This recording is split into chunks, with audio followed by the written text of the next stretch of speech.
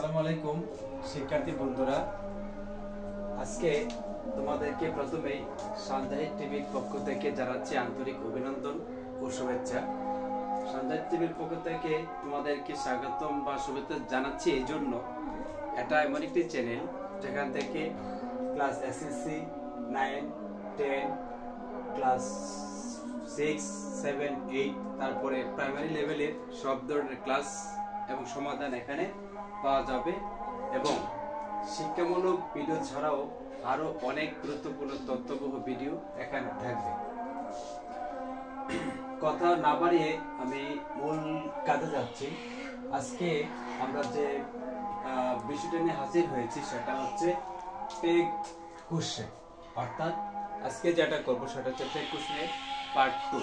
আমরা ওই দিন আগের একটা ক্লাসে করেছিলাম পার্ট 1, আজকে আমরা করব পার্ট 2। কথা না বলে আমরা মূল কাজে যাই। আমরা ওই দিন আলোচনা করেছিলাম যে আমাদের মূলত টেন্সের দিকে একটু ধারণা থাকতে হবে, তাই এখানে আমরা সেটাই একটু লক্ষ্য করব। প্রথম বাক্যটা হচ্ছে he wrote a letter to his friend, অর্থাৎ সে তার বন্ধুকে চিঠি লিখেছিল। ঠিক আছে, সে তার বন্ধুকে একটা চিঠি লিখেছিল। আমাদের টেক কোশ্চেন করার সময় কয়েকটা বিষয়ের দিকে গুরুত্ব দিতে হবে। সেটা হচ্ছে সাবজেক্টের দিকে তাকাতে হবে, এই ভার্বের দিকে তাকাতে হবে, এই দুইটা জিনিসের দিকে তাকাতে হবে। তৃতীয় যে বিষয়টা হচ্ছে সেটা হলো বাক্যটা অ্যাফারমেটিভ নাকি নেগেটিভ, সেটার দিকে আমাদের লক্ষ্য রাখতে হবে। এই তিনটা বিষয় যদি আমরা মনে রাখি তাহলে টেক কোশ্চেন করা অত্যন্ত সহজ। তাহলে আমরা যদি এখানে তাকাই, এখানে আছে রোট, অর্থাৎ এটা প্রেজেন্ট টেন্স হচ্ছে রাইট, এটা হল পাস্ট টেন্স রোট। তাহলে রুটের জন্য আমরা সব পাস্ট টেন্সের জন্য আমরা এই যে ডু ভার্ব এখানে থাকবে, ডু ভার্ব, এটা পাস্ট টেন্স হচ্ছে ডিড, এটা ভার্ব 1 মানে প্রেজেন্ট টেন্সে ব্যবহৃত হয়, এটা ভার্ব 2 পাস্ট টেন্সে ব্যবহৃত হয়। তাহলে এটা পাস্ট টেন্স। ঠিক আছে, তাহলে আমরা এখান থেকে কি লিখবো? ডিড লিখবো, ডিড, ডিড লিখবো, লিখলাম ডিড। তারপরে বাক্যটা হচ্ছে অ্যাফারমেটিভ, যেমন হি রোট এ লেটার, তাহলে টু হিজ ফ্রেন্ড, সে তার বন্ধুকে একটা চিঠি লিখেছিল, এটা হচ্ছে অ্যাফারমেটিভ, এই জন্য ট্যাগ হবে নেগেটিভ। তাহলে আমরা নেগেটিভ ট্যাগ লিখলাম। তারপরে আসবে বাক্যের সাবজেক্ট, এখানে হি প্রনাউনটা এখানে আসবে, লিখে দেব। তারপরে প্রশ্নবোধক চিহ্ন দিয়ে আমাদের ট্যাগ শেষ। তারপরে আমরা দ্বিতীয় বাক্যটা দেখে তাকাই। প্রথমে তাকাতে হবে আমাদের সাবজেক্টের দিকে, তারপরে ভার্বের দিকে। ঠিক আছে, তাই আমাদের সাবজেক্ট এখানে ডিমন, অচেতন বস্তু, অর্থাৎ এটা থার্ড পারসন কিন্তু অচেতন বস্তু। তারপরে এখানে হচ্ছে সায়েন্স, এটা হচ্ছে ভার্ব, ভার্বের সাথে কি আছে? এস বা ইএস আছে। তারপরে বাক্যটা অ্যাফারমেটিভ, তার স্বভাবতই আমরা ট্যাগ কোশ্চেনটা গঠন করতে হবে নেগেটিভ। ঠিক আছে, তাহলে ভার্বের সাথে এস আছে, এস এর জন্য আমরা কি লিখবো? ডাস, আমরা লিখবো ডাস। তাহলে বাক্যটা হচ্ছে অ্যাফারমেটিভ, তার মানে ট্যাগ হবে নেগেটিভ, আমরা নেগেটিভ ট্যাগ গঠন করব। তারপরে এটা হচ্ছে অচেতন বস্তু, তার মানে হবে ইট, ইট। তারপর প্রশ্নবোধক চিহ্ন দিলে আমাদের কাজ শেষ। তারপরে আমরা তৃতীয় বাক্যটার দিকে তাকাই। দি টু ব্রাদার্স হেট ইচ আদার, অর্থাৎ দুই ভাই একজন আরেকজনকে ঘৃণা করে। তাহলে এখানে আমরা যে বিষয়টার দিকে তাকাবো, টু ব্রাদার্স সেটা হচ্ছে সাবজেক্ট, আর হেট হচ্ছে এখানে ভার্ব, ঘৃণা করা। তাহলে তৃতীয় যে বিষয়টা, দি টু ব্রাদার্স হেট ইচ আদার, দুই ভাই একজন আরেকজনকে ঘৃণা করে। বাক্যটা অ্যাফারমেটিভ, তাহলে ট্যাগ হবে নেগেটিভ, সহজ। তার মানে এই ভার্বটা হচ্ছে V1, B1, তার মানে কি হবে? ডো, ডো। বাক্যটা হচ্ছে, স্টেটমেন্টটা হচ্ছে অ্যাফারমেটিভ, তার মানে ট্যাগ হবে নেগেটিভ, তাহলে কি হবে? ডন্ট। তারপরে দি টু ব্রাদার্স, দুই ভাই, এটা ব্যক্তিবাচক সাবজেক্ট, তো এখানে কয়জন? দুইজন, অর্থাৎ একের অধিক, তার মানে এটা প্লুরাল। তাহলে এখানে এটা হচ্ছে ব্রাদার্স মানে ভাই, পুরুষ, তাহলে কি হবে? সিঙ্গুলার হইলে হওয়ার কথা ছিল হি, যেহেতু এটা প্লুরাল এজন্য হবে দে। তাহলে আমরা কি লিখবো? দে। হ্যাঁ, তাহলে কি দাঁড়ালো? ডোন্ট দে টেক কোশ্চেন আমাদের শেষ। তারপরে বাক্যটা ইয়োর সিস্টার, এটা সাবজেক্ট, কুকস এটা হচ্ছে ভার্ব, ঠিক আছে? ইয়োর সিস্টার কুকস ওয়েল, তোমার বোন ভালো রান্না করে। তাহলে ইয়োর সিস্টার এখানে একটা সাবজেক্ট ব্যক্তিবাচক এবং নারী জাতি, আর এখানে এটা হচ্ছে মূল ভার্ব কুক, আর কুক হচ্ছে মূল ভার্ব, এটার সাথে আছে এস, আর এই বাক্যটা হচ্ছে অ্যাফার্মেটিভ। তাহলে আমাদের ট্যাগ হবে নেগেটিভ। তাহলে কুক যদি ভার্ব ওয়ান হয় মানে প্রেজেন্ট টেন্স হয়, তাহলে এখানে কি হবে? ডু হবে। ডু আমরা লিখলাম। তারপরে ভার্বের সাথে কি আছে?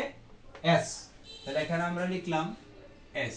এখানে একটা স্পেস রেখেছি আমি, কারণটা ব্যাখ্যা করছি। আগেও বলেছিলাম যেসব ভার্বের শেষে এস, এসি, জেড, জেডি, X, O, S, H, CH এরকম থাকে, তাদের পরে ইএস যোগ করতে হয়। তাহলে এখানে ডোর ডি দিয়ে শব্দটা গঠিত হলো ডো। তাহলে ডো হচ্ছে ভাওয়েল, এর জন্য ইএস এখানে হবে। তাহলে এটা লিখলে হবে। তাহলে এখন সঠিক হলো। তাহলে কি ডাস, তাহলে অ্যাফার্মেটিভ সেন্টেন্স, তার মানে ট্যাগ হবে নেগেটিভ। তাহলে কি হবে? ডাজন্ট। তারপরে সাবজেক্ট হলো ইয়োর সিস্টার, এখানে নারী জাতির সাবজেক্ট এবং সিঙ্গুলার, এর জন্য হবে নারী জাতি হলে হবে শি, ঠিক আছে? আমরা শি লিখলাম। তারপরে 5 নম্বরটার দিকে দেখাই, my grandfather told a story, আমার দাদা একটা গল্প বলেছিল। মাই গ্র্যান্ডফাদার সাবজেক্ট, ভার্ব এটা হচ্ছে বি টু, অর্থাৎ টেলের present form, told second form বা দ্বিতীয় ফর্ম পাস্ট ফর্ম।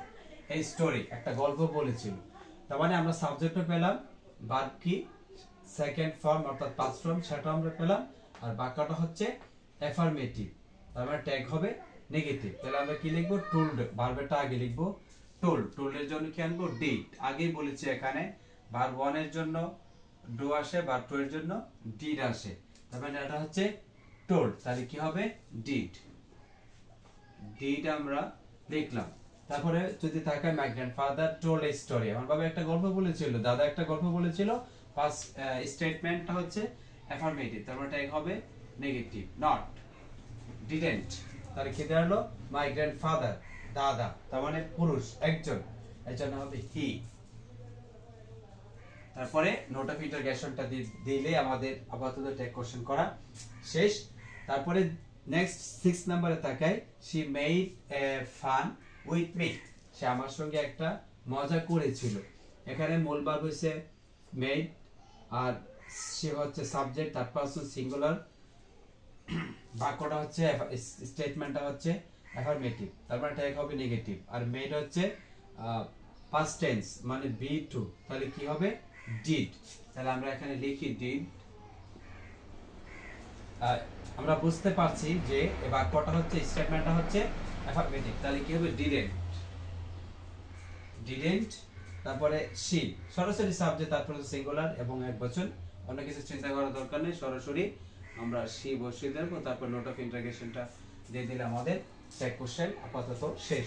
তারপরে they invited us to the party, তারা আমাদের উৎসবে দাওয়াত দিয়েছিল বা অনুষ্ঠানে দাওয়াত দিয়েছিল। এটা হচ্ছে সাবজেক্ট, থার্ড পারসন প্লুরাল, আর এটা হচ্ছে invited verb to past tense, to the party, অর্থাৎ they invited to the party, তারা আমাদের অনুষ্ঠানে দাওয়াত দিয়েছিল, এটা হচ্ছে অ্যাফার্মেটিভ। অ্যাফার্মেটিভ তাহলে অবশ্যই আমরা বুঝতে পারছি, আমাদের কোনো দ্বিধাদ্বন্দ্ব নাই, কোনো হেজিটেশন নেই, হেজিটেশন অ্যাবাউট দিস সেন্টেন্সেস। তাহলে কি দাঁড়ালো? এটা ইনভাইটেড পাস্ট ইনডেফিনিট, তার মানে কি হবে? ডিড, ডিড হবে।